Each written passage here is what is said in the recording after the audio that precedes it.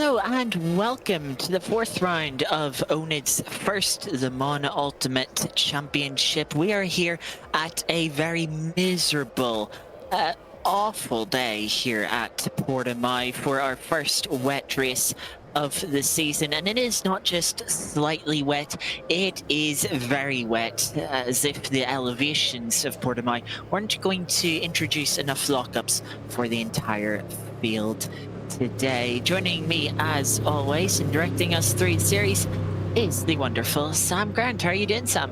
Thank you. I'm very well. Thank you. The sunshine is always a pleasure to feel. Obviously, it really improves your mood. But yeah, not going to be improving these drivers' mood tonight. I just say it's really dark, really rainy. And this will be the first wet event that we've had this series and possibly the first wet race that any of these drivers would have experienced in LMU so far. Possibly. And you bring a good point with the sun helping mood. The lack of sun certainly evident in the admin channel before we went live. Quite a few people not looking forward to these conditions, it should be said. We're expecting maybe quite a few mistakes throughout the race.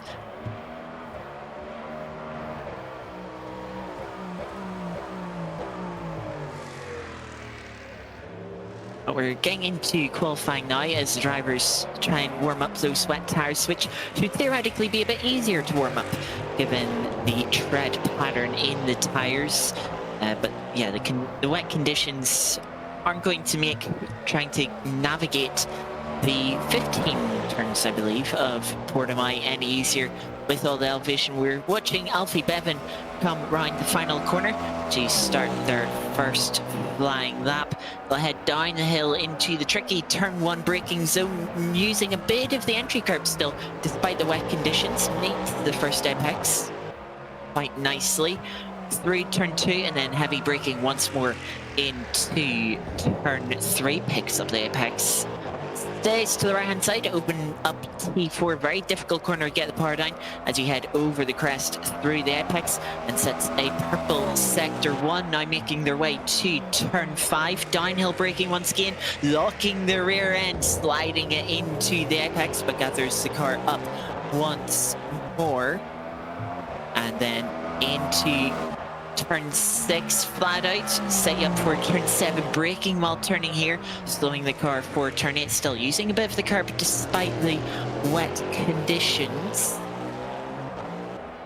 And then over another crest into turn 9.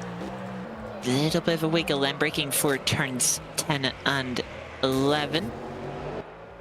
Heading towards the final sector now. Turn 12 should be an easy flat-out left-hander. Uphill braking then for turn 13. Little bit wide for the apex there for Alfie, but still a purple middle sector into the penultimate corner. Very long downhill right-hander. Car just wants to understeer here, especially as you pick up the throttle through the exit. Very important here. Maybe not so much in the wet conditions, as drivers will have to balance the throttle through the long right hander that makes up the final corner, usually flat out in the dry. But now over the final crest and up to line for Alfie Bevan. Will they be able to put themselves up into provisional pole? They do indeed, by nearly 0.8 of a second, as everyone gets their first qualifying laps in. Indeed, and great. Thank you for walking us around that hilly circuit there, that track guide there for Alfie Bevan. There's so many ups and downs and twisty corners. It's so hard to keep track of from our perspective. I'm hearing obviously from the drivers when they were in practice, it's such a tricky track to get a feel for. You know, there's so many corners where you think it's a different corner that you're getting used to, and then suddenly it's a totally different profile, and it can really throw you off. Throw in the weather element, and it's going to be a tricky night indeed. It's not completely saturated though. There's still room on the circuit for more water. But now, yeah, let's look at the times of qualifying. I said Alfie Bevan there, 45.5, improving in the first sector, a couple tenths as well. So great stuff there. I think Manda's 7 tenths behind that, and Shirley and the rest of the gang, not far behind that really. So Bevan really is getting his eye in early on, where the other drivers may be having to spend a bit more time with their tyres or with the circuit trying to get themselves comfortable.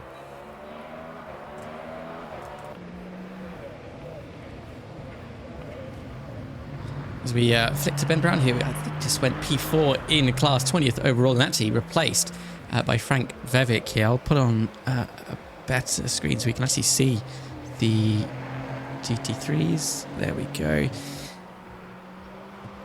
Indeed, Brown now pushed down to 5th. Frank Vevic up to 3rd in that great looking Ferrari. There was here the glow of the brake disc. There's some heavy braking, really tricky braking here. Obviously, you don't want it too forward, don't want it too rearward. So some of the drivers making use of the brake migration tools they have available to them, as Alfie Bevan still leads the way in the hypercar class. Let's see who's maybe on improvement.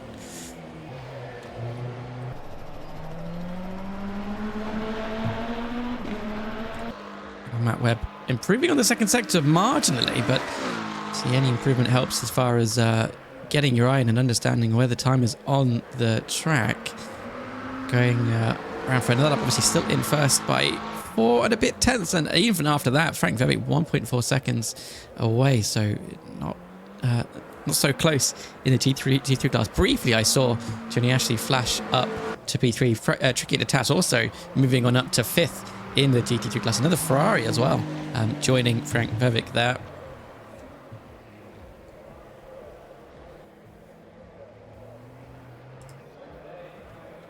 Dave Wood here on a improvement so far. Did set a personal best in Sector 1. Looking to find the time. I think just taking a slower lap, just getting a feel for the circuit, maybe bringing those tyres where they need to be in terms of temperature, having a bit of a moment as well coming out of that corner there. Easy, better done in qualifying than the race though.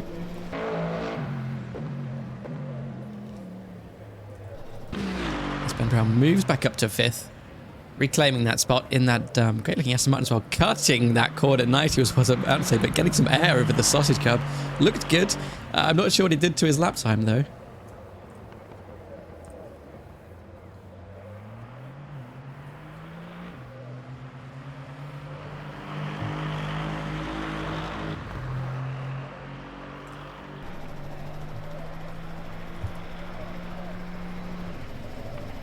Ben Brown also setting a personal best in Sector 1 there. Obviously 4 tenths off of the best Sector 1 time as it stands. But getting improvement is good. Obviously we can see Frank Vevic 6 tenths away. So we don't know quite what the improvement is, unfortunately, at the moment. But we shall see when he eventually comes across the line. He's still going around Sector 2, winding up the hill. The rain has lessened a little bit.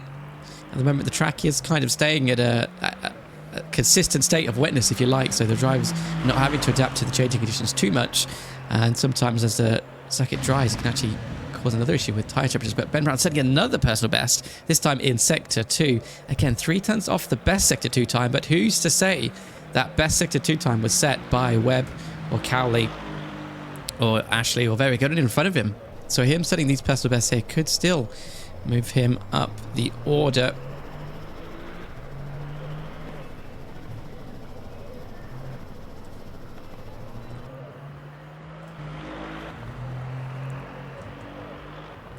Trying to myself determine what corner he's going around, finding himself going through Sector 3. I think this is the long right-hander. That's basically the final corner. Indeed, I can see the slip roads there for the pit entry, almost going too wide, but managing to keep it within track limits. Don't want to get on the slippy wet curbs either as he heads towards the line. Let's see if he's done enough to move himself up from 5th up to 4th. Just ever so close there. 200ths is the gap to Frank Vevic. And on his way again to chase down Ashley.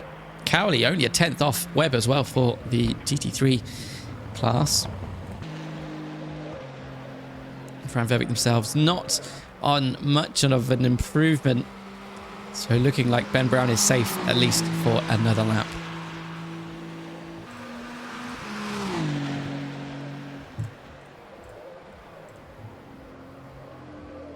Couple of drivers as well just resetting to the pits and getting some new tyres. 5 minutes to go as well. Plenty of time for 3 more laps.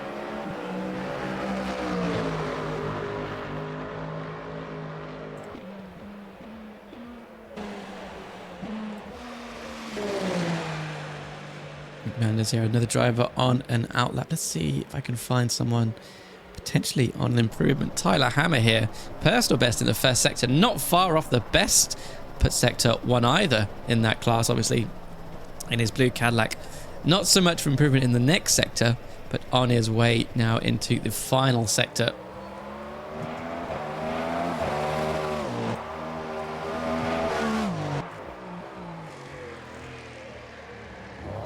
Currently in 6th. They're not far off Angel at all, and really not that far off Wood in his Ferrari in P4. Rounding right-hander before heading towards another right-hander, actually. Down the hill now. Heading towards the start-finish. And actually slowing down, so maybe deciding to return to the pits. That's the answer to that.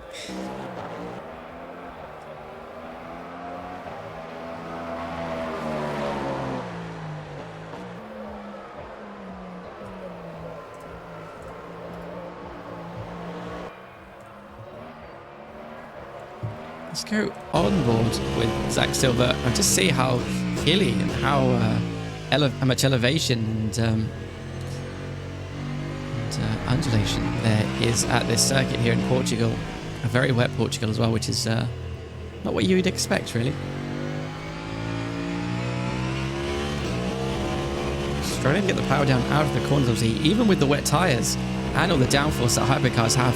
When the circuit is soaked like it is here, it can be ever so easy to loop it round, drop it, end up on the grass or in the walls as he starts his flying lap to Zach Silver.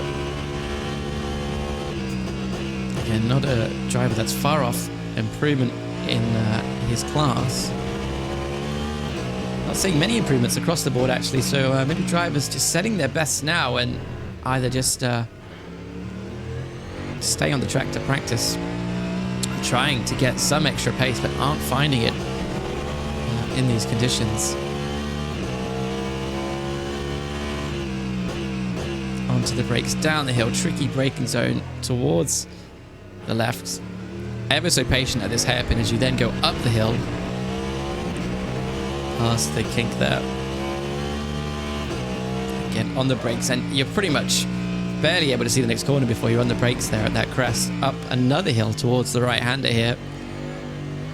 Again, you can't see that far ahead of you. Imagine as well all the spray that's going to be at the race. Oh, struggling to get the car, keep the car in a straight line with all this elevation. Oh, and in fact, eventually drops it.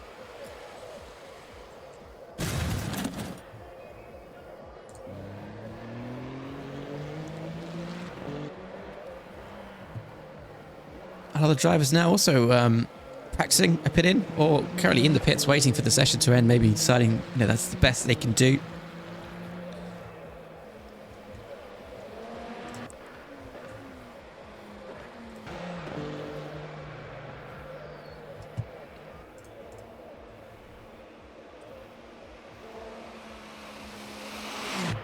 McManus here on another lap, struggling for an improvement so far, but up into third as it stands. Great job. Loses the rear, I think, and that'll be the end of their qualifying, unfortunately. And surely Simley not on an improvement. Does have time for one more lap though, and yeah, 6/10. There's a lot to find to Alfie Bevan. I'm sure he'll try his best though.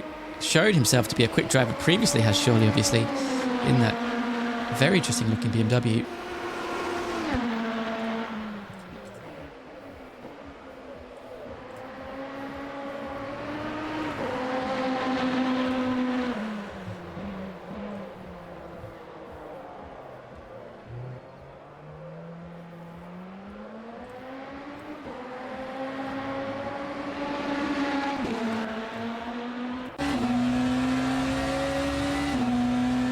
Onboard on his final lap. Can barely see anything with the limited view we have here, but we'll stick with it.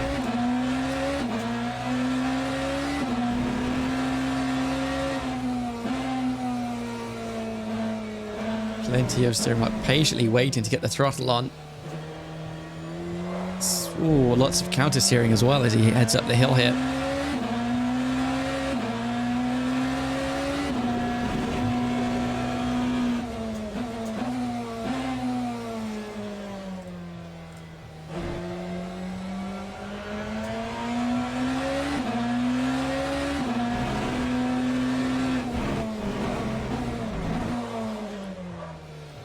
struggling with managing the grip, you know, with the elevation and the curves and managing the braking and the steering and everything all at once. Incredibly hard work, but able to at least put himself up into P2 whilst the track maybe was in a better state, perhaps, as it's the end of qualifying. So this will be the final laps for all the drivers.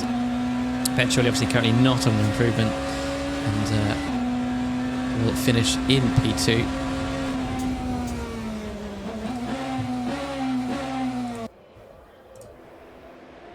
Stevie Bain is on an improvement though, in that great looking Porsche. A little bit of a wiggle there as he crosses the line up into 12th. Actually, sorry, I think remains 12th from where it was before, but does set a personal best at least.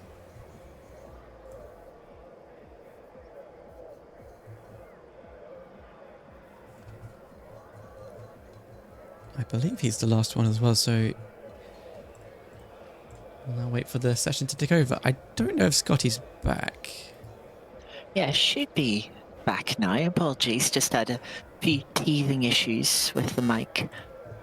But yeah, everyone seemingly struggling there towards the end of qualifying to improve their times, which is interesting. The rain has been decreasing throughout the session, but the track still as wet as it was at the start, so just seemingly getting slower, or the drivers maybe just pushing too hard to try and find a bit of time. But yeah, very interesting qualifying session that was. It was, yeah, and it got to a point where there was virtually no improvers. Obviously, sometimes there are, you know, personal lap time improvements, but there was hardly any of that, as indeed they now get ready to start. I see the counter on the top left, 1 minute 20 to go. Let me set the starting order with this button. Do we have time to run through the order, Scotty? I think we do. It's fairly quick. There we go. So, starting order then, Alfie Bevan takes a very dominant pole position, 6/10 to Ben Shawley, who's been probably the quickest driver of the series so far, but is a reserve, so isn't scoring points in the championship, but still showing how quick they are. Then an all-Ferrari second row, Nick Manders ahead of Dave Wood. Son Angel, one of our quicker drivers too, still struggling a little bit after a very quick at the first round in P5, ahead of Tyler Hammer in P6. Zach Silver will be in front of Elvin Blomqvist on the fourth row, with Jacob Hind and Jack Lancaster rounding off the top 10 in the hypercars. Charlie Morgan just missing out in the BMW in P11, just in front of Stevie Bain for P12. Andy Hearn will take 13th ahead of Daniel Lindblom in 14th, and our final row of the hypercars for Toy in 15th and Max Farrell in P16. We move then to the GT3s on row 9. Matt Webb taking the GT3 pole position ahead of James Cowley. Last time winner Johnny Ashley will start from third ahead of Ben Brown. Frank Vivek will take P5 in front of Trinket de Tass, both in Ferraris. Then Athel Basker and Matthias Fusken will go from 7th and 8th. Brian Davies and Paul O'Grady round out the top 10 in the GT3 field on overall row 13. Row 14 then, Simon Harris and Leon Visparez just missing out on the top 10 for the class. Matt Holman then in 13th with Tom Watson in P14. Tim Bob in 15th ahead of Dean Smith in 16th. 17th is Jared Page with Mark Bryson serving a quali ban. We'll be starting from last on the field as we roll up to the start now. Conditions still wet, not as wet as they were in qualifying, but we'll have to see how the rain evolves throughout the race. Cadillac on the inside of the front row, BMW on the outside. Two cars starting from pit lane, and we're green here at a wet Portimao. Everyone fans as they try and get some visibility down towards turn 1 with the spray. BMW slowing back into line. Two Ferraris still side by side. Dave Wood getting the better of the two of them. And to turn 3, trying to see if everyone has kept it clean. It looks like they have, but Nick Manders going backwards. Tyler Hammer has tried to got the inside of turn 3, now round the outside of turn 4 as they try and hold on to that P4. But Son Angel now looking to the inside, is maybe going to try and get both of these positions, is just trying to get the car slowed down, and is now coming under pressure from Elvin Blomqvist on the outside. Drivers struggling with traction as they come out to the turn 5 hairpin.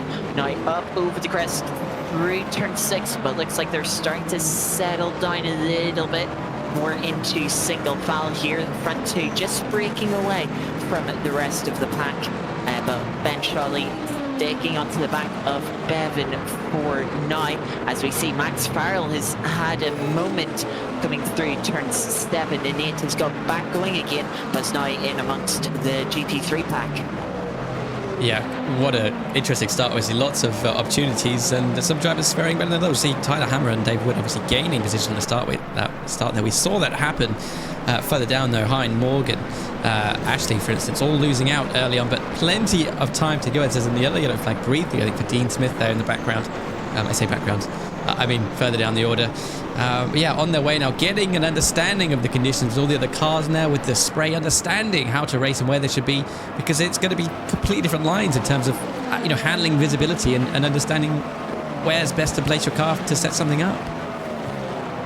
Yeah, so that's some of the admins we're talking about beforehand the race, just trying to see where you are with the visibility. It's very difficult here on the Mon Ultimate. The sort of spray is very dense and kind of just white, gives your vision sort of wide out of not being able to see anything, as we watch Nick Manders still trying to put pressure on Tyler Hammer, trying to retake P4 that they lost. A bit of a difficult start for them, but just not getting a great run through turn 4, drops back a little bit. But yeah, it's going to be difficult to make moves, just being able to stay close enough to the drivers in front while not having that visibility, hitting your reference point and not making any mistakes in these very treacherous conditions.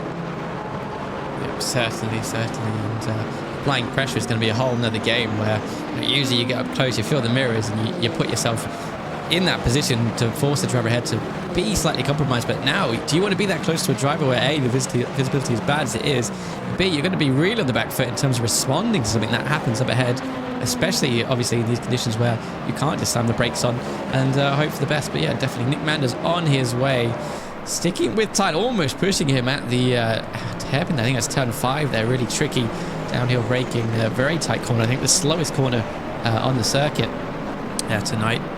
But luckily, no contact so far. And yeah, everyone pointing in the right direction. Well, we've got some change of orders down in the GT3 class. Indeed, actually, Zach Silver slipping back behind Stevie Bain in his colourful Porsche, who are on his way now, clearing a bit of a gap. Stevie up 3 places now from where they started.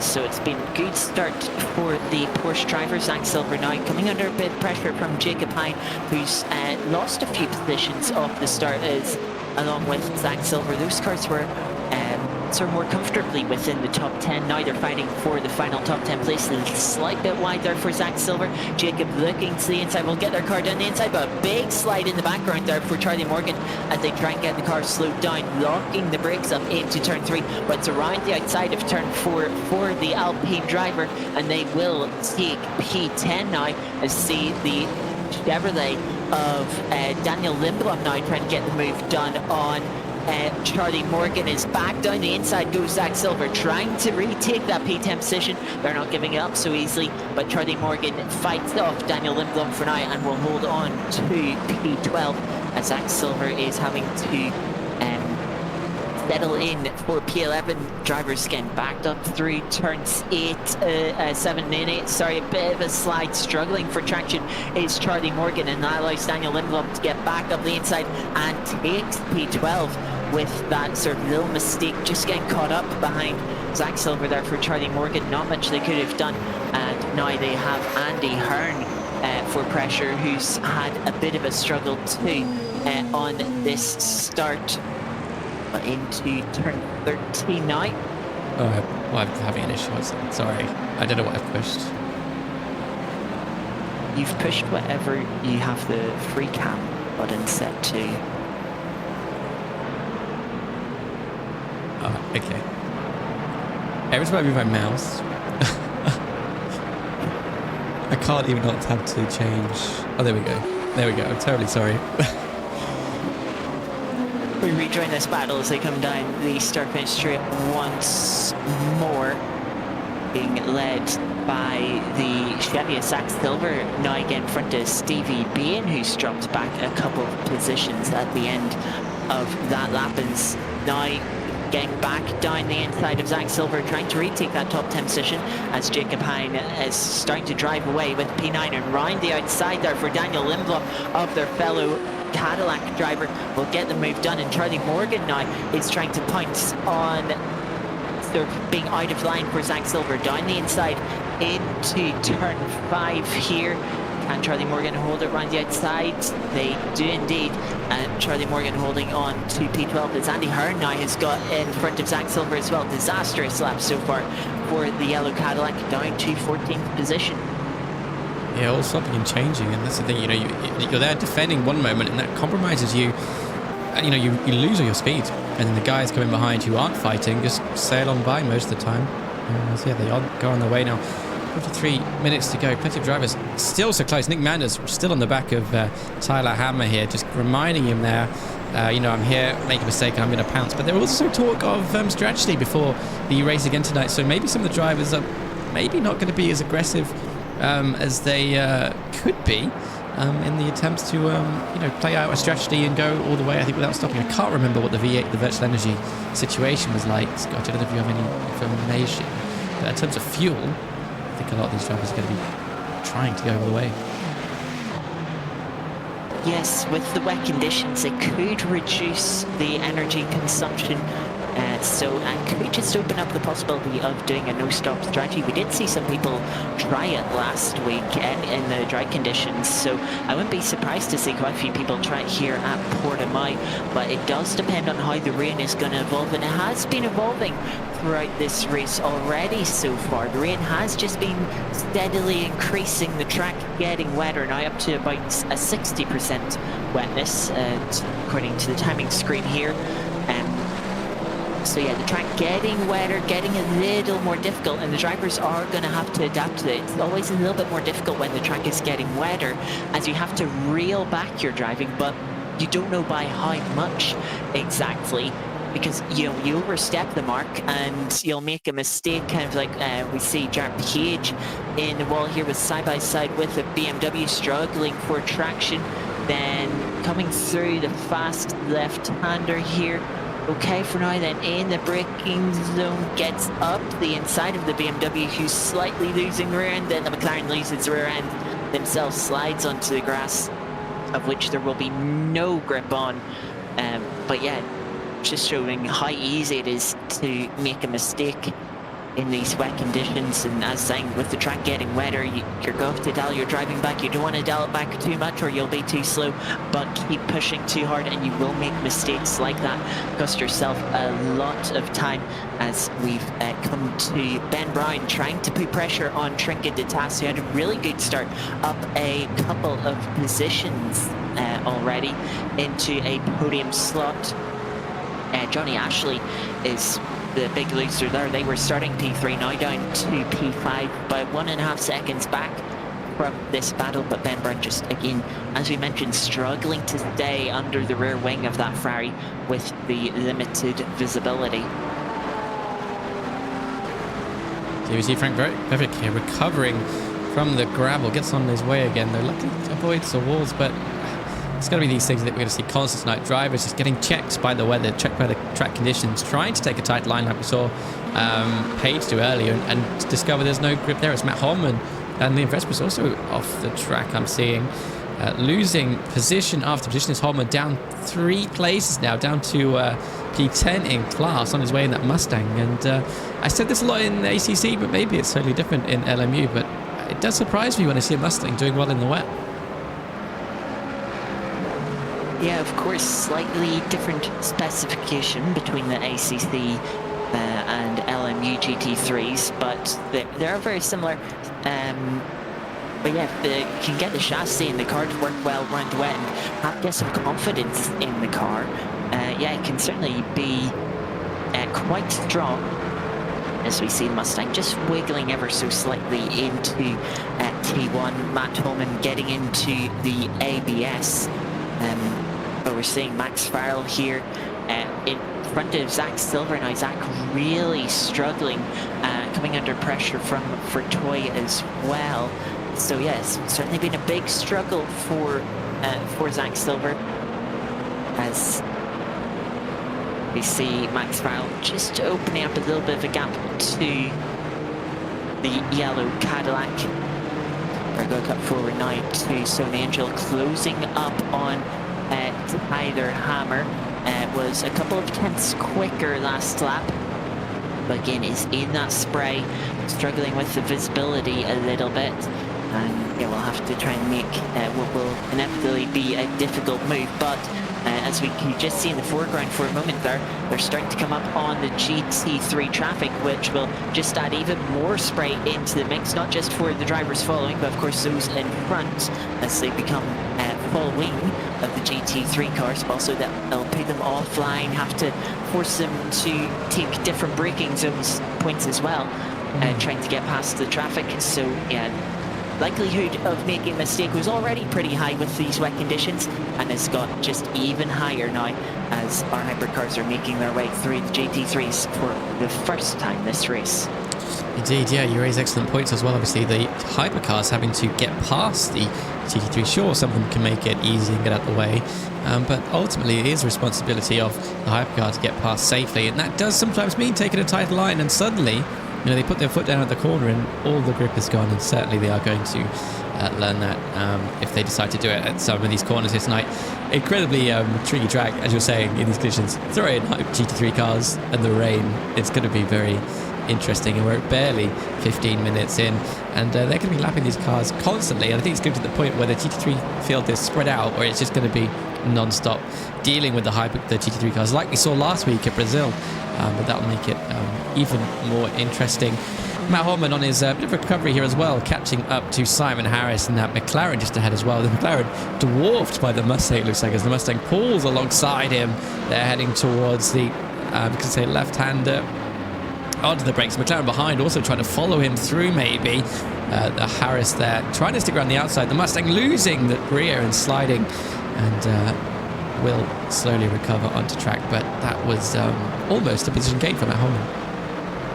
Yeah, already got past Paul O'Grady since we last saw them, was going for another position to get in front of Simon Harris, but just on that tighter line, struggling for traction and not able, and losing some more positions. Bryson, as we see, that's Max Farrell spinning off at turn 3. They've made a mistake and dropped him to the back of the hypercar pack now, as Zach Silver just in front of them, and chaos here at turn 5 as Frank Vevic, who's had an awful race so far, looks like to have been involved in an incident. And yeah, drivers starting to really struggle, it seems, with these conditions, especially as they come up to sort of mixing between the two classes. Paul O'Grady now on the back as Simon Harris, having just seen the mistake that Matt Holman made, will be trying to make sure they don't repeat that mistake. Gets to the inside of their fellow McLarens through the final corner now. Simon Harris just carrying the momentum on the outside line. There's one of the hypercars coming through as well, but it's going to be a drag race down towards turn 1. Looks like Paul O'Grady just has a little bit more straight line speed, maybe running a little less swing on the brakes, and the Inception McLaren trying to be brave, hold it round the outside again. Here comes a BMW who's looking to get past, tries to stick the nose up the inside of turn 2. Very dangerous there, very risky, but does just avoid contact. Runs the orange and black McLaren slightly wide and forces him onto tight lines through turn 4, which gives the Inception McLaren Simon Harris an opportunity to come back as they head towards turn 5. There's another Ferrari hypercar in the background that could interfere here. Paul O'Grady not confident on the brakes, will lose out on P8, but wide for Simon Harris off the track there, and it's side by side once again. Looks like Paul O'Grady will get the move done now. Poor P8 as they head into turn 7 and 8, but sliding slightly right. Can Simon Harris come back up the inside? They'll have a look, they'll get to the inside once again. And it's another swap of positions between the McLarens. It's a cutback for Paul O'Grady. His big slide there for Simon Harris. And these two drivers still not done swapping positions. Paul O'Grady back in front. Simon Harris looking for a way to get back past through the McLaren driver, as Johnny Ashley has just got themselves in front of Ben Brown for P4. Incredible racing there from the McLarens, all sorts, and obviously during the hypercars we saw it just changing things constantly, long time to go. I'm going to say that a million times, but it's an Angel dropping back behind Nick Manders there briefly. They're still fighting as they come across more traffic. We see the hypercar there of Tyler Hammer, who's found himself up ahead of Nick Manders. Yet again, we saw him briefly down the order, but now Nick Manders falling back side by side almost with Son Angel, I can say, but Angel there almost getting stuck behind the GT3 coming through the final corner on their way down the start-finish straight now, though. Hypercar behind the hypercar there. Slipstream plenty, pulls to the inside as the Peugeot, the Ferrari taking the racing line, skipping to the outside, carrying as much speed as he can through the corner, and pulls out all the way up, goes wide at turn one, comes back across again, trying to get some sort of gap and get some rhythm going again, but the Peugeot not letting up, sticking on track, keeping it clean and where it needs to be as they come through sector one.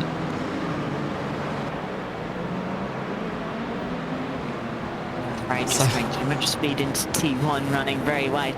We'll cut back to these McLarens, which now Simon Harris has got back in front of Paul O'Grady, so these two not done swapping positions just yet.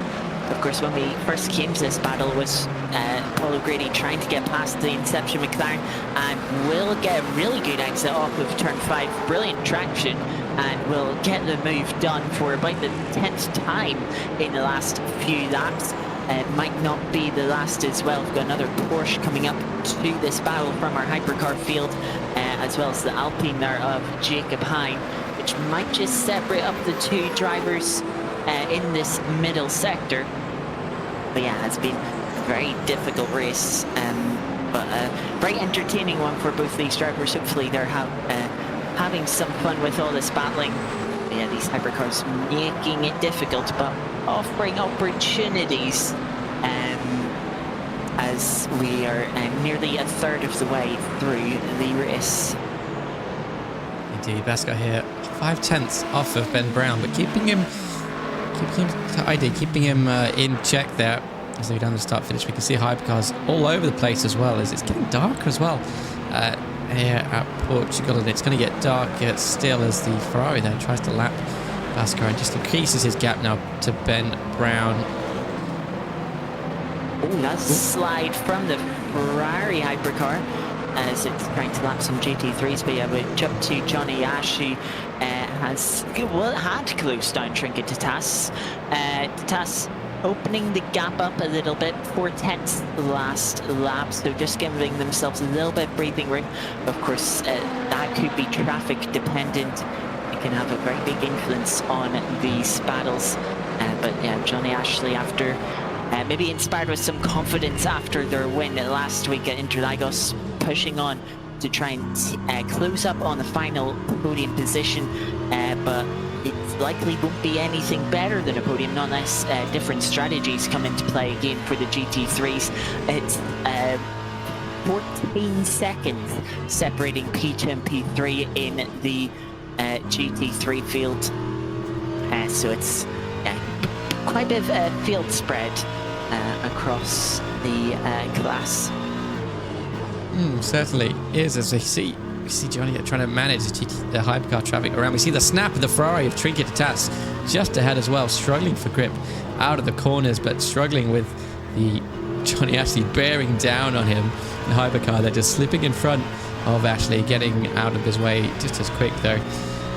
Definitely a fight going on between the Ferrari and the Mustang. Doesn't look like they're obviously side by side right now, but you can bet these two drivers are constantly trying to match each other, trying to improve on each other's corner exits as they head down the start-finish straight. We see the speed of the hypercar just go flying on by and cuts ahead of these two. Going down towards turn one, onto the brakes. You have to be careful because there could be a hypercar coming down the inside as well, so good to check your mirrors before you kind of turn in at these kind of corners. just closing up on the Ferrari ever so slightly, trying to brake, as little as you need to close up on the brakes as much as you can. Another wiggle there from the 296 just ahead. And again, coming out the top of the hill, a snap from the Mustang as well, as we see all the counter steer that Johnny's having to deploy as he's getting onto the slippery stuff outside of the track surface, as we see the Peugeot ahead as well. Yeah, that's Stone Angel right on the back of Elvin Blomqvist, fighting for P6 in the hypercar field. Very close between them two. The Peugeot trying to find a way past the Fry, which will follow now. Peugeot, of course, was very quick, especially our opening round at Monza. Has maybe struggled a bit since. Certainly had a very poor qualifying at Bahrain, but came back through the field, made up a lot of positions that race, and is trying to get to the inside of the Ferrari here. But Elvin Blomqvist just holding the door shut for now. But the Peugeot putting a lot of pressure on the Ferrari, trying to pressure them into a mistake, as we see a McLaren off wide. That's Jack Page rejoining, struggling with these wet conditions, as well as Matt Holman. Another mistake in the opening corners of the lap. That looked like maybe it wasn't putting down the par here out of turn 5, that is. Coming up to the hill over the crest at turn 6. Now very difficult braking for turn 7. The rear end just lets go on him, and he slides off into the gravel. Another unfortunate mistake there for Matt Ullman, who looks to have decent pace, but yeah, just struggling with consistency, making mistakes, maybe just pushing a little bit too hard to try and make some positions up. But we'll come back to this battle for P6 in the hypercars. Indeed we will, and these two are not leaving each other alone. Ferrari on Peugeot, that Peugeot looking menacing as ever, but on his way, chasing down Elvin Blomqvist. I feel like the Peugeot's always been in some sort of battle in the LMU series. It's always been, up there, the top 10, bearing down on an unsuspecting Ferrari, perhaps, as they come through Sector 2 now.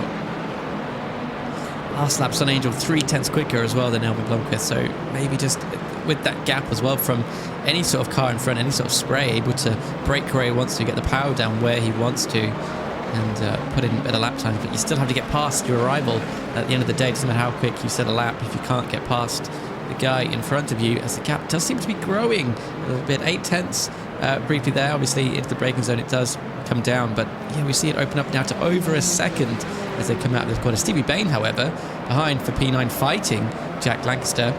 Gap currently down to 0.7 and closing, in fact. Yeah, Stevie being qualified outside of the top 10, has got himself into the top 10, but isn't just happy with that. Wants a little bit more as they catch up to the red Cadillac for PWC.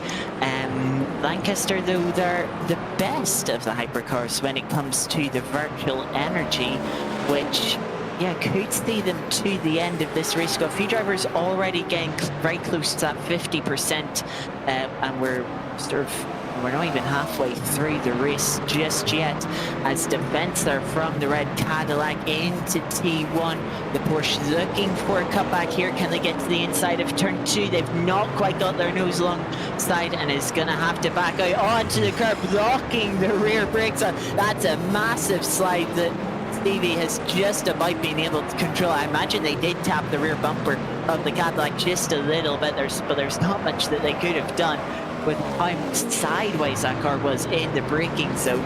Very well held to keep it pointing in the right direction, though, as this battle continues on. Jacob Hine in the background is starting to close up. We look at a replay, though, for one of the yellow Mustangs sliding off again. Not sure which of the Mustangs that was. Matt Holman there. So yeah, another mistake from Holman. They're having those oversteers, those slides, is just damaging the tires and making it easier and easier to make more mistakes. They're going to have to be sort of much more cautious to make it to the end of the race without making, if they don't want to make any more mistakes. Yeah, certainly, as the rain looks to be pretty much stopped. There's always a drizzle now, according to my timing screen, and that's going to, affect the tyre temperatures more and more. See, they have got a wet compound on. They've got those grooves. They're going to be generating temperature, and sure, the track might have an average wetness of whatever it is, but that doesn't mean it's totally wet in all the places around on the racing line, if you know what I mean. So they are going to be have to managing, those tires, those micro slides, that adds up, especially if you're dealing with a track that's just going to get drier and drier as the rain increases, which actually it just did, as I said that. So maybe I'll keep talking about the rain and it'll get heavier and heavier. Stevie Bain 4/10 off still, sorry, of Jack Lancaster. Yeah, as you say, the rain was getting lighter, was down to about 9% rain, but has crept back up to 14%. But the track has taken the opportunity to dry out a bit, back down to the 40% it was towards the start of the race, which can just allow the drivers to push with a little bit more confidence. But yeah, as mentioned, with the tyre wear, they're just going to have to manage that a little bit, especially if you've been having slides locking up. Those things can really add to your tyre wear and really damage the tyre, so you do have to be careful with that. But yeah, the rain looks like it's starting to increase again, and well, I'll say that the track was at 40% wetness for all of 1 minute. It's back up to 60%. How it can make such a leap in a moment, I don't know, but that's just Simon Ultimate for you. But yeah, the weather conditions certainly fluctuating quite a bit throughout this race. Certainly. And I wonder if the drivers can feel that maybe a sector or a corner is wetter or drier than others. Certainly it's going to feel very different as the Cadillac sliding all over the place. So Jack Lancaster there brings the gap down to barely 2/10 between him and the Porsche of Stevie Bain. But I wonder, if the drivers can feel that, particularly in the kind of downhill braking zones, where there's going to be lots of temperature, lots of pressure onto the circuit there. But for now, let's watch this battle between the colourful Porsche and the red and black Cadillac, as the title line taken by Stevie Bain and Zach Silver apparently is out of the race. I just saw a DNF briefly, as Stevie Bain tucks under the wing of the Cadillac as they round the long final corner now onto the start-finish straight, using literally all of the exit there as Stevie deploys. Everything is got down towards turn one. Very bright bit of the track here. Will he look to the inside? Will he stay where he is? Looking to stay in the racing line for now, is around the first corner, looking kind of towards the inside there briefly, but Conscious actually goes to the inside now onto the brakes. Slight twitch from the rear, and the Cadillac looking for something of a cutback to get the power down. Side by side now, they come out towards the left-hander. Porsche still just ahead, but the Cadillac looking like he's got something to say about it. Onto the rear wing, pulls to the inside, but hasn't quite got any overlap as they go onto the brakes up through. I'm going to say turn 5, but I completely lost track where we are. Using a little bit more than all the exit is Stevie, and Jack Lancaster looks like he's coming for a counter track. Yeah, Stevie again, the move done on the inside of turn 3. Lancaster with the better line 3, turn 4, thought about a dive into turn 5, but didn't have the confidence on the brakes. Stevie Bain now with a bit of free air will be starting to push a little bit more, trying to open up a bit of breathing space and maybe think about closing down on the cars in front. Angel still stuck behind Elvin Blomqvist for P6 as we cut to Fertoy, who looked like maybe had a bit of a spin there and was recovering on the exit of turn 5, that is, as they get going again. A couple of seconds behind Max Farrell for P14, so I'll be looking to recover after that little mistake and close back up on the Porsche in front. Indeed, Charlie Morgan here on the back of Daniel Lindblom. Oh goodness, yep. There, Cadillac again on BMW this time. Very interesting BMW of Charlie Morgan, as he finds himself. He was briefly 2/10 behind. The gap's grown a bit, but they head through the final corner. Let's see what they've got on the straight. I think Charlie Morgan is dropping back, which is not something we usually see when he's in his Lexus and ACC. But no, head towards turn 1, and I think that's a battle that will have to wait for another day. Yeah, cut now to Johnny Ash, who's still on the back of Trink de Tas, hasn't quite been able to close in, has just been hovering in that spray, trying to close in, but still keeping the pressure on, trying to be there waiting for any little mistake from the Ferrari that could just give an opportunity to the Mustang driver, as we have just passed the halfway point. But as we cut to a battle here, Fertoy has got onto the back of Max Farrell and is challenging for 14th place as Nick Manders is also fighting with Dave Wood, who has dropped back a little bit wide for the Porsche Farrell. They try and pick up the thrill slam into the rear right corner of Vertoy, but both drivers get away with it, pointing in straight line. Look to the inside for the Porsche driver, but unable to attack back on the Peugeot, and will have to settle for 15th as the Peugeot recovering after a mistake a lap ago. Indeed, let's have a look what happened to Dave Wood, because I think there was briefly a yellow flag for him and a number of places lost subsequent to that. Yes, the Porsche there is losing the rear, sorry, the Peugeot losing the rear briefly, trying to get the power down and loses the rear yet again. The Porsche getting out of the way there, getting going before he gets collected, and Dave there also on his way. That could have been a lot worse. I think that was for Toy and Farrell. When we cut to the Peugeot sort of slow after that mistake, that was a mistake they made. Doing very well to not completely spin the Peugeot. Did cost them 14th, but they've a lap later they've retaken it and is trying to get on their way again. But Farrell's come back here through the final corner, a little bit wider for the Peugeot, but Max Farrell not giving up on 14th, has retaken the place, and the Peugeot is going to have to make the move once more. Indeed, yeah, definitely. And Simon Harris battling away as well, not with the hypercar, but with the Porsche of Mark Bryson just ahead. I think Mark Bryson briefly slipping on by just now, but now Simon Harris has to let these hypercars go. So does the Porsche, though. Maybe Mark Bryson's going to be in a position to take advantage of that. Has a bit of a moment there, into their right-hander, as he watches the hypercars soar away past Bryson ahead.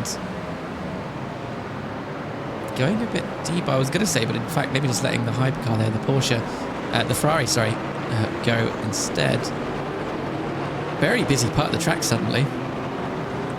Yeah, you've got 4 cars within about 4 seconds, and that's of the hypercars alone. And the GT3s that they're having to pass. Nick Manders was right on the back of Tyler Hammer there, but a bit of GT3 interference, and the gap's opened up to nearly 3 seconds. So it shows you just how quickly things can change, especially with the traffic between the two classes.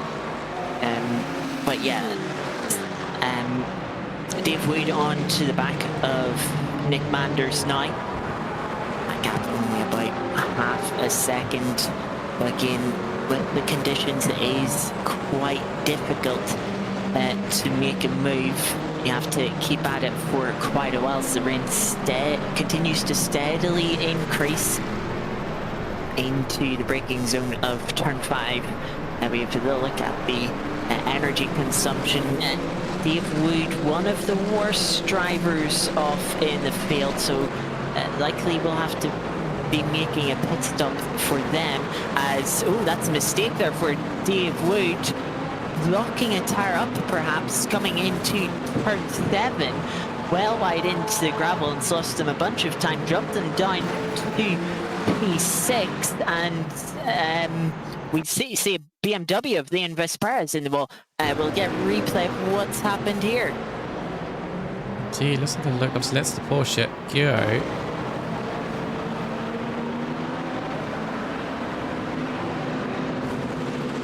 It's just a long, slow slide. Here we also see a Ferrari off the circuit there as well on the left. But yeah, avoids the wall.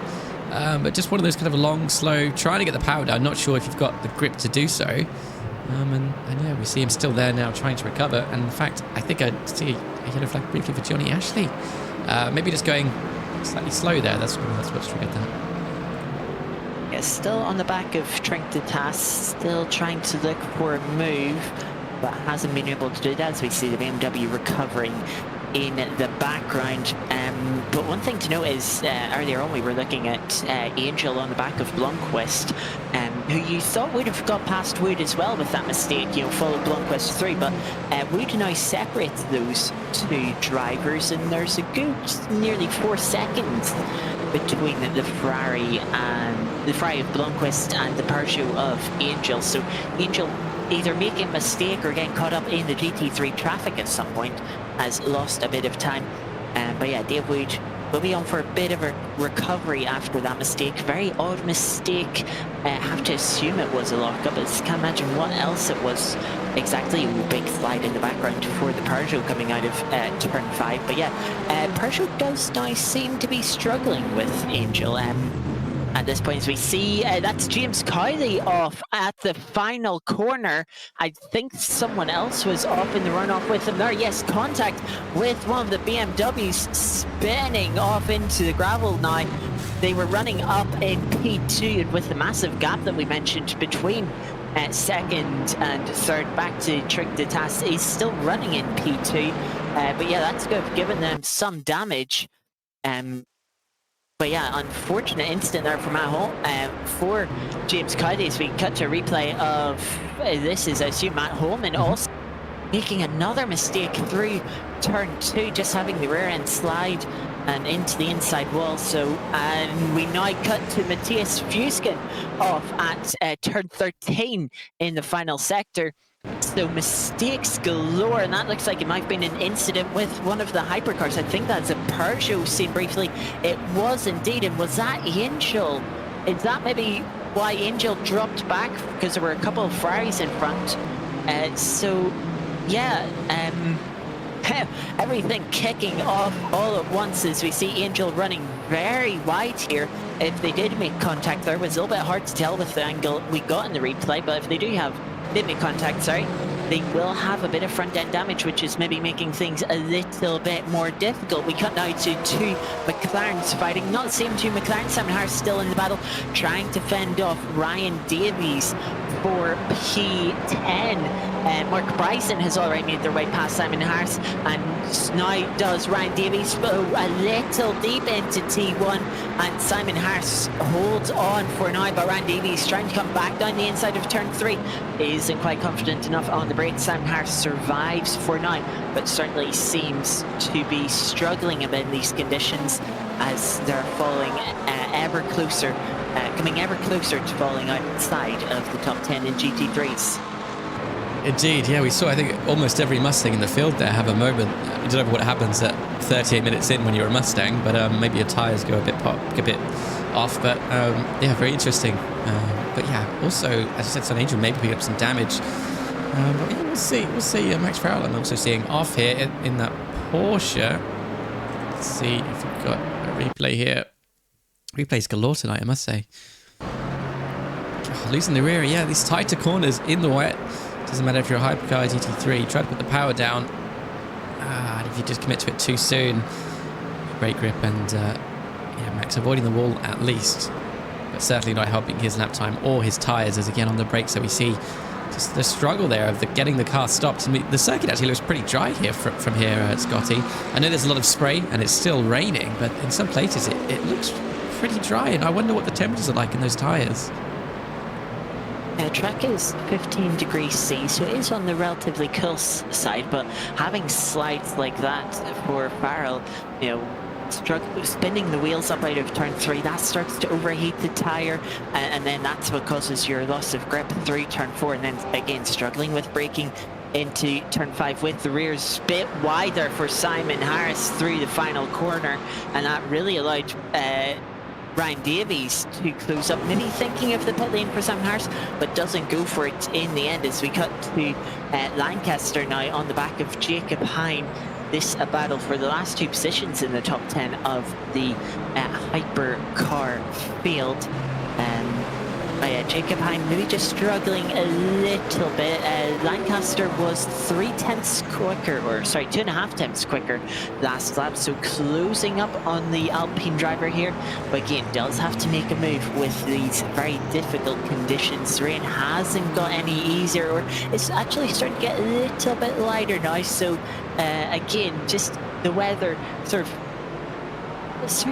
flip-flopping, gets a little bit heavier, getting then a little lighter again, then getting heavier again, as we see Simon Harris, Ryan Davies wide off the track. Very odd here, as maybe has some damage, the car just going in straight line, or maybe has some sort of issue. But yeah, it's disaster here for Ryan Davies, as they're just dropping time, stuck in the gravel here at turn 5. Yep, certainly. And we see there 20 minutes to go, so not a lot of time to recover there for Ryan Davis. As you say, it does look rather stuck. We see the tyres there move at last, maybe a steering issue, maybe a harder issue, to be honest, in real life, but yeah, a bit of an odd one. I see Max also going deep there. We see him off the circuit. That's not the racing line, Max, nor is it the tarmac even, but gets going again. It's just one of those things, and I think we're going to see this throughout the series. You know, these micro slides, and I say micro, use that with a pinch of salt here tonight. These micro slides, it all builds up, it all compounds until you get to this point in the race where suddenly you go into a corner and you're locking up a lot more. There's just not so much grip as there were before, and you just find yourself struggling more and more. As we see a couple cars not only yellow flagged but actually stopped. Here's for Toy, he was one of them, and obviously the Aston Martin behind is another. I can't tell which of the Aston Martins that is. Tom Watson, that was coming to grief with the Peugeot of Fortoy, who by the way has been through pit lane, which is the reason why they've dropped further back from Max Farrell. But yeah, difficult time there as we cut to I think Jacob Pine made a mistake there, struck behind Lancaster, and we cut to Dave Wood, who is off the track once again, coming through turn 11 here on the inside of Fry, turn 12 on a slightly tighter line, then hits the brakes for turn 13, logs the rears and slides off into the runoff at the final sector, as we see a McLaren there facing the wrong way as well, coming to more briefs, and that I think is just a little bit of a connection issue as it comes back. But now Dave Weeks still in front of Angel, but that gap is dramatically reduced, and Angel in that Peugeot, you'd imagine, is looking to try and get themselves up to P6 once, as they were trying to do a little earlier in the race. Indeed, yeah. I thought it was the Matrix for a second there. It was a connection issue.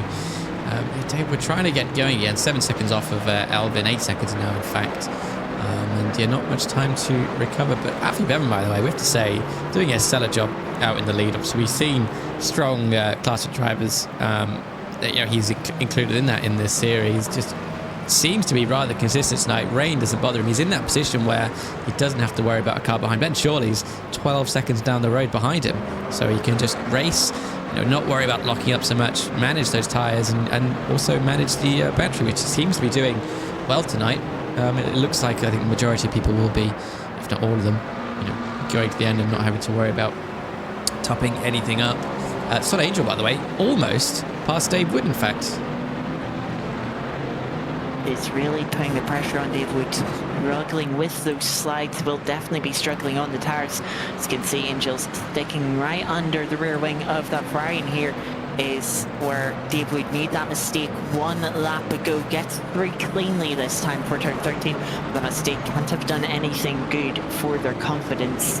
As Angel's slightly different lines into the penultimate corner, just trying to get some visibility, as they're also making their way past one of the Ferrari GT3 cars. But yeah, Angel actually just dropping back here for these couple of corners. But yeah, still a bit of the way to go through the race, and as you mentioned, we still got the strategy. If the drivers want to make it to the end of this race without pitting, they will need to save some energy and fuel.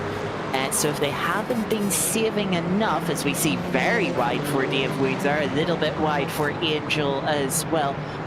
Also got to be careful of track limit points. You know, you do mistakes like that too often and you will get a drive-through penalty. But yeah, some people will have to be a little bit careful of the energy they have to make it to the end of the race. Indeed, definitely. As we get an onboard shot here of well, Dave going slightly wide, I think, first of all. But from Son Angel here, managing the inputs here, we can see his virtual energy bar there. Just a tiny bit left in the green, but 15 minutes to go should be enough time as the McLaren GT3 car ahead gets out the way nicely for the Peugeot to lap. Another fact about the Peugeot tonight, or at least that I should say, fastest car, highest KPH, only just, but has got that done. And actually those fastest speeds have actually come up a bit. Early in the race I saw those were 1-2 kph lower than they were now, so certainly has been a point where the track has provided a bit more grip, maybe lessened off with the water and let some of these cars put a better lap time down. Angel is still behind Dave. We're just feathering the throttle, trying to get the power down. We see a little slip. We hear a little bit of the tyre lock briefly in the braking zone. We see some of that spray as well. Seems to not have any wipers for us. So let's change the camera. I wonder if the wipers turned off, because like in my timing screen it says rain is now at 0%. Still says there's, the forecast is still wet, but I wonder if the rain has stopped and maybe that's just turned the wiper off through an automatic wiper setting that Angel is running, even though there's still quite a lot of spray that is we can see on the windscreen. But yeah, I wonder if that means the track now is just going to start to dry up for this next part of the race. Rain could still come back before the end, of course, so it might not be over. But of course, if the track does start drying out, it does get a little bit quicker. That generally leads to more fuel and energy usage, which of course the drivers would then need to counteract with more saving, which might catch a couple of drivers out if they're not keeping an eye on it. So yes, still we're into the final quarter of the race now. It does look like everyone has actually been able to save enough energy. The lowest there is 25%, which is a few drivers. The first of those is Ben Shawley. Dave Wood and Angel, two cars we're fighting with, also on 25%.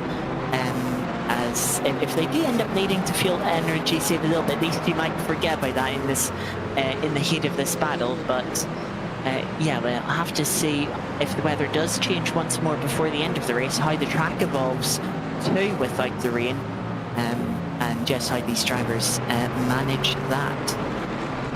Yeah, certainly, as you said as well, the track is a cool 15 degrees, so it's not going to dry up, I don't think, anytime soon in a big way. But certainly the rain, I think, will add a few more degrees to their tyres, obviously, with it being absent. So Angel keeping the gap about 6/10 from Dave Wood as he goes slightly beyond track limits there, I believe, as well. Perhaps the GT3 class as well. There are a fair few of them down this start-finish straight here as they head towards turn 1, hoping to get onto the racing line. There's the hypercar there of Sun, and indeed there's a yellow flag for Ben Shawley. This is outside of turn 5, so I wonder if that is trying to get the power down, spinning the rear wheels up and spinning the car round. Had quite the gap to Tyler Hammer behind, so still comfortably in P2. Obviously not ideal, isn't going to make the rest of this race any easier. They have damaged the tyres with that mistake.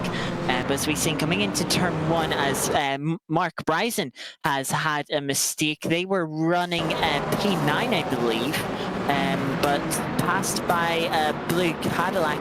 That's third place car, just a slightly different line, maybe coming into the corner, loses the rear end and is up onto the grass. It's got to get going, spins the car around, but that won't be any good on the tyre. And here, there goes through a McLaren that got past. That was Simon Harris getting past, but Mark Bryson, if they can get back up to speed, as it's side by side. Angel trying to go round the outside of both the GT3 and Dave Wood here for P5. It's going to be on the outside for turn 13, which turns to the inside for turn 14, but they can't keep it alongside. They have to back off.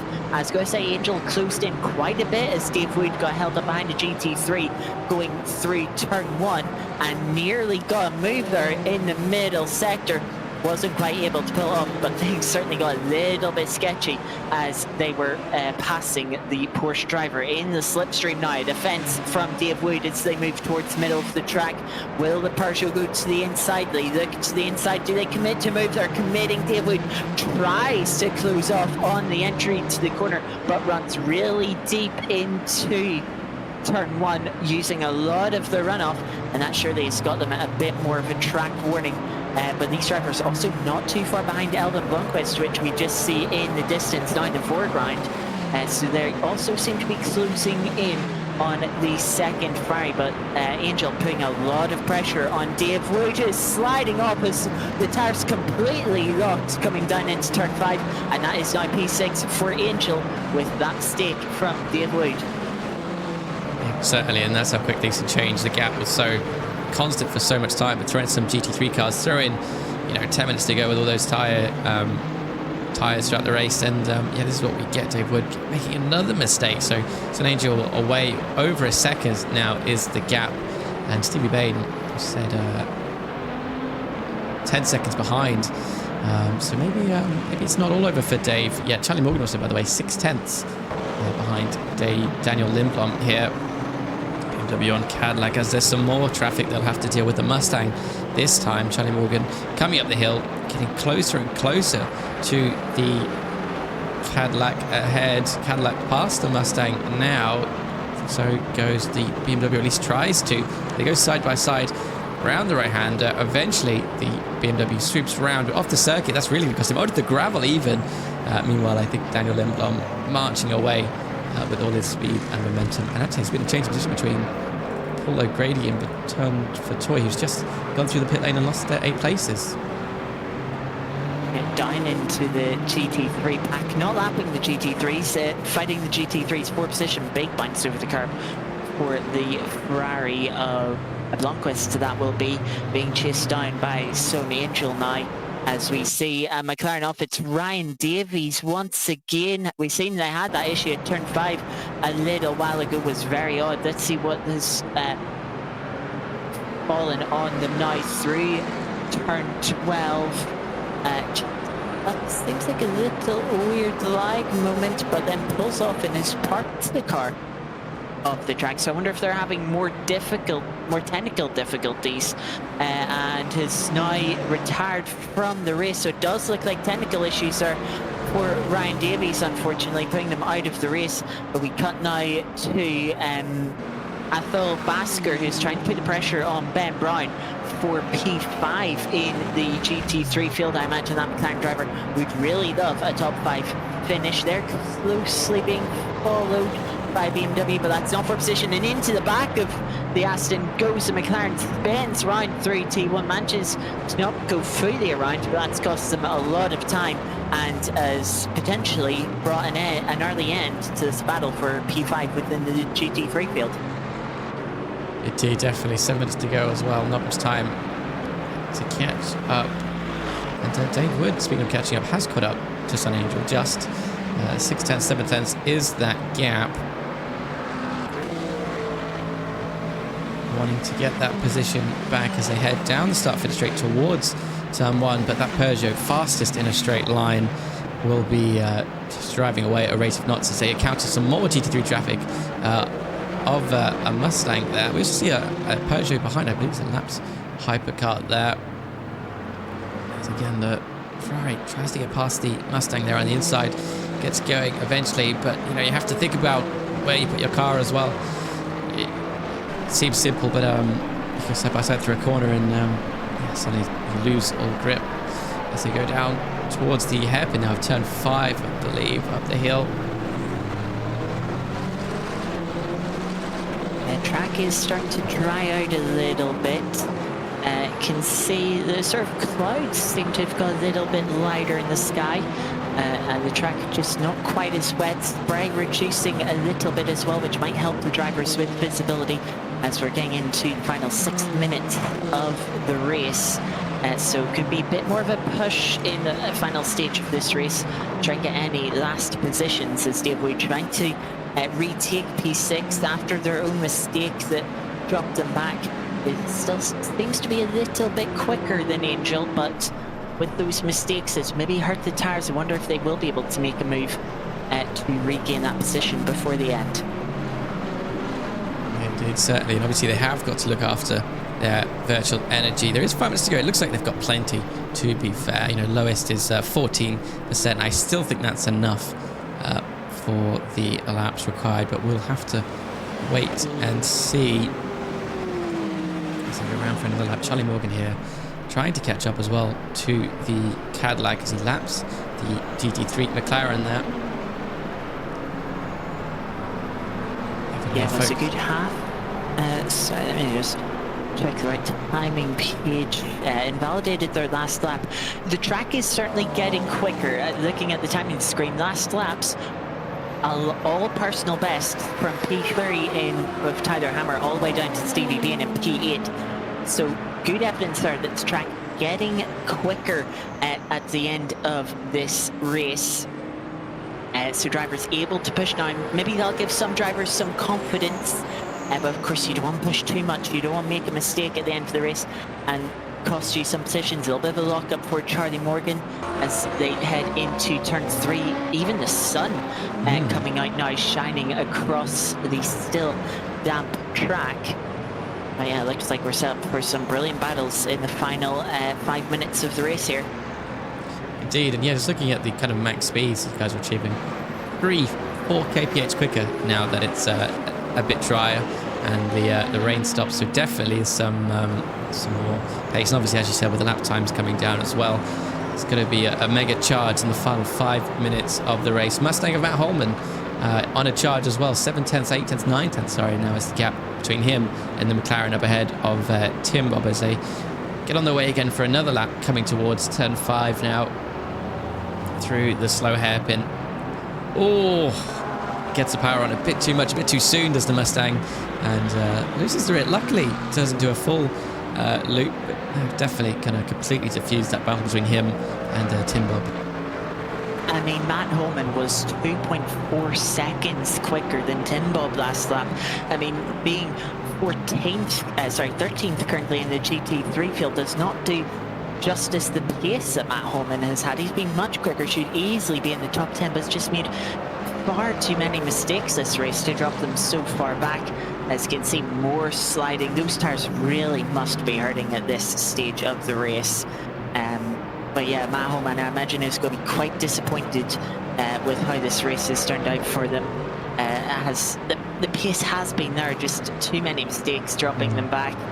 And yeah, there's maybe still a slight chance of catching up to Tim Bob, but they really have to rely on a bit of luck now with how much that gap has opened up.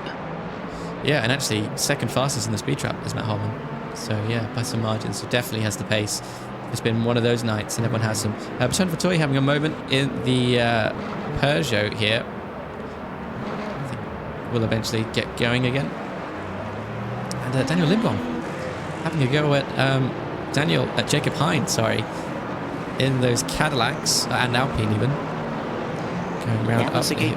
6/10 quicker last lap, so definitely battle on here as we're coming to the last few laps. The BMW in the background, that is Charlie Morgan, not far from this fight as well. So if these two start slowing each other down, this could be a 3-way fight for the final position in the top 10. Indeed, and I think maybe 2, maybe 3 laps left of this, so definitely now's the time to get this done and claim the final top 10 spot for Daniel here, as he almost pushes the Alpine out of the way as they come round the long right hand and down towards the start finish. You want to get this nailed so you have a good run down the start finish straight. Obviously, both those drivers just inside track limits, I believe, if they're using the curb. Obviously, as you said, the BMW in the background there menacingly watching this unfold as they head towards turn 1. Gap slowly getting smaller as they get onto the brakes, flick it in through the king up towards turn 2 now. Closing the gap even more on the brakes, onto the brakes heavily this time, obviously. Tighter right-hander, get the power on, get up the hill, flick over to the right to open up the left-hander here. Keep it tidy, get the power down nicely.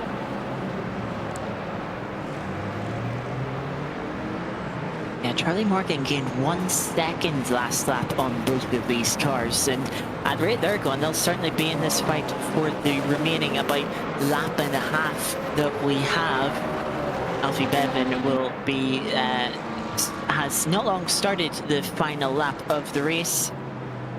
But we cut now to James Cowley, who is currently leading the way, has actually gone in front of Matt Webb in the GT3 field. I notice this, Matt Webb seems to be struggling quite a bit towards the end of this race. We've got a replay here as it loads in. Here is James Cuddy right on the back of Matt Webb. Yeah, the pace of the Mustang has been much superior than the McLaren. Easy move down the straight. Matt Webb really struggling. I wonder if he's having to save energy at the tail end of this race, and that is one of the Ferraris off. It's either it'd be Alvin Blomqvist is off the track now. That promotes Stone Angel into the top 5. Let's see a replay. That's Angel in the Peugeot in the background, just locking the rears as they tried to turn in for turn 1. Jump over the curve and a slide into the gravel on will be their final lap of the race. Very costly mistake there, and Johnny Ashley is now also up into P3 in the GT3s with Trinkitas dropping down, and Basker has just taken P5 off of Ben Brown as well. So all action here on the final laps of the race, but Alfie Bevan has now crossed the line to win the race very dominantly, as we're watching Ben Brown trying to come back at Basker, attacking for P5. Also has a hypercar Porsche trying to find their way through, but just being patient, not under any threat, so can afford to take their time on the final lap here into turns 10 and 11. The Aston looking to the inside, but the McLaren not leaving the door open. One more sector to go. Can Ben Brown retake a top 5 position, or will he have to settle for P6, which I'm sure he'll be a little bit disappointed by, having qualified in P4, struggling for traction out of turn 13, having again a little look to the inside, but again struggling for traction. The rear tires just not enough life in them, and as long as the McLaren gets through the final corner cleanly, Athol Basker will finish in P5 here. Indeed, goes wide does Ben Brown though, but yeah, Basker leads the way then for the top 5th finish in that class. Comes to the line almost side by side, in fact, and they finish in that. Was some great racing there. I did briefly see, I say briefly, there are many yellow flags in the background. I'm not sure how many of those are drivers ending the race like that, or if drivers are indeed having issues. Let's see, I think it's also hard to say who's finished the race or not at this point. I think most people have finished the race. In fact, yes, everyone has finished the race. Yes, so we'll be able to go through the final race results now. Yeah, let me put those on.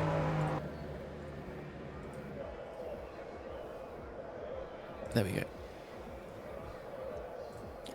So then, a very dominant light 2-flag victory for Alfie Bevan, having taken pole position by 6/10. Their winning margin at the end, 26 seconds. Ben Shawley will take a P2 ahead of Tyler Hammer, rounding out the podium in P3. First of our Ferrari hypercars, Nick Manders getting P4 with Sun Angel. P5, Dave Hoyt making 3 mistakes, drop down to P6, and a final lap mistake would drop Elvin Blomqvist down to P7. Stevie Bain would recover up to the top 10 after qualifying 12th to finish P8, with Jack Lancaster getting 9th and Jacob Hine rounding out the top 10. Daniel Lindblom pressuring for Jacob Hine in the final laps. We'd have to sell for P11, but we'd hold on in front of Charlie Morgan. Andy Hearn would take 13th for Toy. Last of our hypercars finished, with Max Farrell struggling with a DNF and Zach Silver having to also retire with performance issues. James Cowley would take the win at the end of the race, as Matt Webb really struggled for pace as the track was drying out in the final 15 minutes. Johnny Ashley would get back up to 3rd place, having spent most of the race down in P5. Sure he'll be happy with that recovery drive, getting ahead of Athol Basker, who would get in front of Ben Brown on the final lap for P4, as Trinkitas had issues, maybe ran out of virtual energy, I assume, looking at the time gap of 2.5 minutes. So Trinkitas assumingly running out of virtual energy, dropping to P6. Matthias Fuskin would not be able to take advantage of that penalty, as they were a lap down to James Cowley, and we'd have sell for P7 ahead of Paul O'Grady, who beat Simon Harrison in a brilliant battle throughout the middle of the race. Mark Bryson taking the final top 10 position after their quali ban. Tom Watson would just miss out ahead of Matt Holman, who was quick enough for a top 10 finish, but made too many mistakes throughout the race. They'll finish ahead of Leon Vesparas, Tim Bob 14th, Frank Vevik 15th, Dean Smith 16th, Jack Page 17th, and Ryan Davies, having, we assume, technical issues, having to retire from the race. Excellent stuff. One day we're going to do that before we get kicked out the server. I highly doubt that. That was very interesting. In more ways than one, I'm glad the rain meant something. It seemed to definitely affect the tyres in a different way. And obviously the drivers know how that feels more so than we do as commentators not racing tonight. But some surprises there at the end where the track dried out and some guys have found pace out of nowhere, I suppose, and maybe unleashed more of their virtual energy that they had to use. So yeah, very interesting and not a circuit we get to see very often, despite its greatness, I think. Yeah, of course, no circuit that is on ACC. We have ran once or twice on the Assetto Corsa side. But yeah, it'll be nice to get it with the Mon Ultimate again. Hopefully next time in dry conditions, I imagine, for a lot of the drivers. But for all the sort of moaning, let's say, there was of the wet conditions here at Portimao before the race, that race was relatively cleaner, certainly much cleaner than some of the recent races we've had here at oNiD. But yeah, it's great to see very few incidents throughout the field. Drivers keeping it clean despite the challenging conditions. And yes, some brilliant battles, especially that Simon Harris Paulo Grady fight. What a fight that was. Definitely battle of the race, I would say, if that's an award we can give out. Yeah, it was some great stuff, and it just kept going on and on and on. So good to see, really good to see. Speaking of things good to see, next week, Imola. I love Imola, one of my favourite tracks. So I'm very, very excited for that. Yeah, and will be lined with gravel, as is the new new configuration, the current spec of Imola. Yeah, will certainly be great to see who can run strong there, as I believe we will be back in dry conditions. Let me just have a little look at the schedule. Yes, sunny conditions. So yeah. Hopefully the drivers will be looking forward to that, as we are now halfway through the season. Indeed we are, but the rain is, I think, eventually possibly returning near the end of the series, but we'll have to wait for that next week as well. I'll get some standings on the stream so we can actually see some stuff. Obviously, there is a championship going on in the background. As good as these races are week to week, there is some things being awarded behind the scenes, so we'll have those on stream next week so we can see what the results of those are. As we are going to be, I think, 5 races in next week, something like that. So 5th round next week, yeah. Incredible. It's flown by, but it's been some great racing week to week. Anything else to add? I think we should wrap up. Yeah, one last thing. We did have a subscription towards the start of the stream, actually. Tropical Pigeon, thank you very much for your support, your subscription for the 2nd month and your support. Some more people in the chat. We had Ben Myatt, who's missing this week. They're on a little holiday, saying, so sad they missed this race. Truly, I'm distraught. I don't know if there is sarcasm there with how much moaning there was, but Ben was genuinely very disappointed when they missed the first round at Monza. So that one honestly could have went either way. And Tim Baum said they actually had lots of fun that race. So good to hear at least one driver enjoyed themselves. I imagine a few more did at least, but yeah, it'll be interesting to see if the drivers hated the rain as much as they thought they were going to before the race. Yeah, definitely. Be good to chat with them. As well, yeah, thank you, Matt F99, if we haven't already said, for the subscription as well. And Real Fire PK saying it was mega fun. It was. Just a comment as well, I definitely, knowing Ben, I think that was definitely sarcasm. But yeah, we shall see. But yeah, thank you everyone for watching. Thank you for joining in chat. Again, thank you for the subscriptions. Do join us again next week. As I said, Imola, fantastic track. It's sunny and dry as well. And we've got plenty of other racing on this week. If you want to also check that out, it's all in the schedule on the Twitch channel, but it's more than just LMU. There is some ACC, I think, still going on. We've got iRacing, obviously. We've got some AC, which is always interesting. So yeah, definitely join us again sometime. But yeah, thank you. And I'm going to say goodnight. And Scotty, thank you for joining me. Pleasure as always. Good night.